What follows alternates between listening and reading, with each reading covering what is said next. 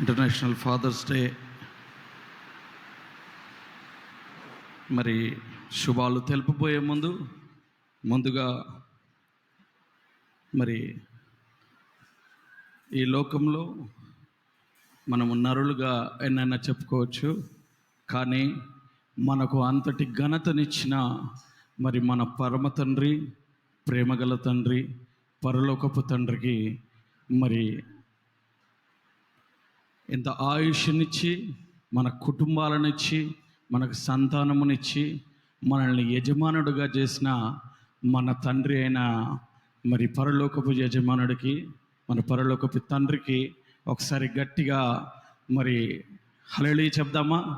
నిండైన మనసుతో. ఎందుకంటే ఇంతటి ఆయుష్నిచ్చి మనల్ని ఇంత చక్కగా మరి మందిరంలో అవకాశం ఇచ్చి మరి ఈ ఘనత మరి ఆయన ఘనపరచడానికి బల్ల తీసుకొని మన శరీర క్రియలను మన మనసులను ఆధీనంలో పెట్టుకోవడానికి, మరి అలాగే వర్షిప్లో పాల్గొనడానికి, మరి ప్రాముఖ్యమైన వాక్యంలో వెళ్ళడానికి ఎంతోమందికి నోచుకోలేరు ఈ సమయం. మరి మనకిచ్చిందంటే మనం ఎంత అదృష్టవంతులం. మరి ఇంత అదృష్టాన్ని ఇచ్చిన ఆ గొప్ప దేవునికి మనస్ఫూర్తిగా ఒకసారి 3 సార్లు హల్లెలూయా చెప్పి ఆ తండ్రికి విషెస్ చెప్దామా? హల్లెలూయా, హల్లెలూయా, హల్లెలూయా.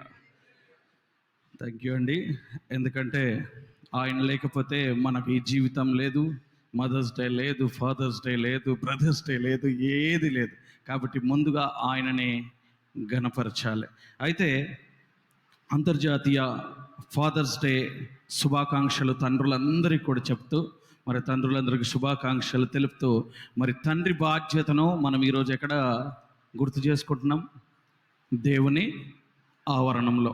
మరి దేవుని ఆవరణంలో ఉన్నాం కాబట్టి తండ్రి యొక్క బాధ్యతలను కూడా ఈరోజు జ్ఞాపకం చేసుకుందామా? దేవుని వాక్యాన్ని బట్టి జ్ఞాపకం చేసుకుందాం. తండ్రిగా మనం చేయాల్సిన బాధ్యత, మన పిల్లల్ని సరైన మార్గంలో దేవుడిచ్చిన వాక్యము ద్వారా మనము నడిపించగలిగినప్పుడే మనము నిజమైన తండ్రులం అవుతాం. ఎందుకు దేవుని వాక్యంలో ఎందుకు నడిపించాలంటే సర్వజ్ఞానము ఇందులో ఇమిడి ఉన్నది. దేవుని వాక్యములో, దేవుని మాటకు ఎప్పుడైతే లోబడి ఉంటామో మన పిల్లల భవిష్యత్తు కూడా చాలా నిండైన మెండైన ఆశీర్వాదాలతో ఉంటుంది. అందులో మొదటిగా తండ్రిగా మనం చేయాల్సింది మన పిల్లలకి ఏంటి? చిన్న పిల్లలైతే పొద్దున్నే సండే రోజు లేపి సండే స్కూల్కు తయారు చేసి పంపించాలి. రెండవది, ఇంకా కొంచెం పెద్దగా అయ్యి యూత్గా ఉంటే యూత్ మీటింగ్లోకి పంపించాలి. దాని తర్వాత మనతో పాటు సమానంగా పెద్దలై ఉంటే గనక మెన్స్ మీటింగ్కి పంపించాలి. మరి పెద్దలు అట్లాగే స్త్రీలు కూడా, మరి స్త్రీల మీటింగ్లు ఇవన్నీ ఉన్నాయి. ఇవి కాకుండా ప్రతి ఆదివారము మన తండ్రి ఒకటే, మరి తల్లి ఒకటే రావడం కాదు, మన ఇంట్లో పిల్లలందరినీ కూడా మనతో పాటు తీసుకొని సంఘ ఆవరణంలోకి ఎందుకు రావాలి? దేవుని వాక్యములో బిడ్డ కాచబడాలి, కాపాడబడాలి, భద్రపరచబడాలి. ఆయన ఆశీర్వాదాలు ఆయన రెక్కల కింద ఇంకా మరి ముందుకు ఎదగబడాలి. కాబట్టి మన తండ్రి యొక్క బాధ్యతను మనకు అట్లా అని చేయట్లేదని కాదండి. చాలా మంచి తండ్రులు ఉన్నారు. ఖానాపూర్ బాప్టిస్ట్ చర్చిలో అందరూ మంచి వాళ్ళే, ఏ ఒక్కరు కూడా చెడ్డవారు లేరు, అందరూ మంచి వాళ్ళే. కాకపోతే ఇంకా జాగ్రత్తగా ఇంకా మన సంఘం నిండబడాలి. తండ్రి అయిన యేసు ప్రభు వారి ఆశీర్వాదాలు ఇంకా పొందుకోవాలని.